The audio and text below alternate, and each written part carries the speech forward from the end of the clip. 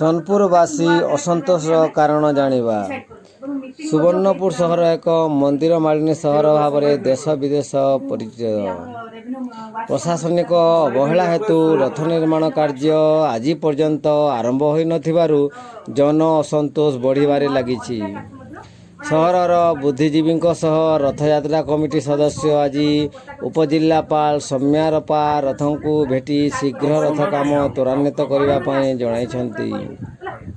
स्थानीय बुद्धिजीवी मध्य दीपक कुमार महापात्र, पुरुषोत्तम पाणिग्राही, काउंसिलर अंगात तरिया, काउंसिलर सुकांत साहू, पूर्वतन काउंसिलर तापस बेहुरा, अर्खित बाग, सुरेश विश्वाल, दासवती मेहिर, ज्योति मंगल साहू, कुन्नू, लुडुकिशोर मल्लिक, वेणुधर तरिया, शेष मेहेर, दिव्यांश साहू प्रमुख उपजिल्लापाल को भेटी रथ काम शीघ्र आरंभ करी सह जाकजकमरे करने को जणाइछन्ति।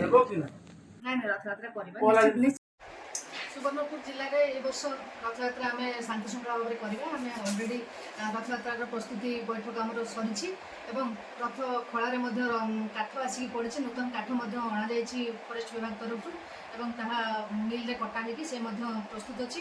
आज आमर बढ़ई मैंने आसी से कथबार्ता सरी से आज ही कम आरंभ करेंगे। रथ प्रस्तुति 3 रथ बहुत शीघ्र छिड़ा आम समय निर्गंट कर 23 तारीख सुधा से रथ 3टी प्रस्तुत करके रथ खड़ा छिड़ा करेंगे। आम ए वर्ष रथयात्रा बहुत शांति श्रृंखला भाव में करा मोर आशा अच्छी। आम समस्त जगन्नाथ कमिटी आम जो आम अच्छी रथयात्रा कमिटी समस्त सहयोग चाहूँ समस्त सुवर्णपुरवासी सहयोग चाहूँ।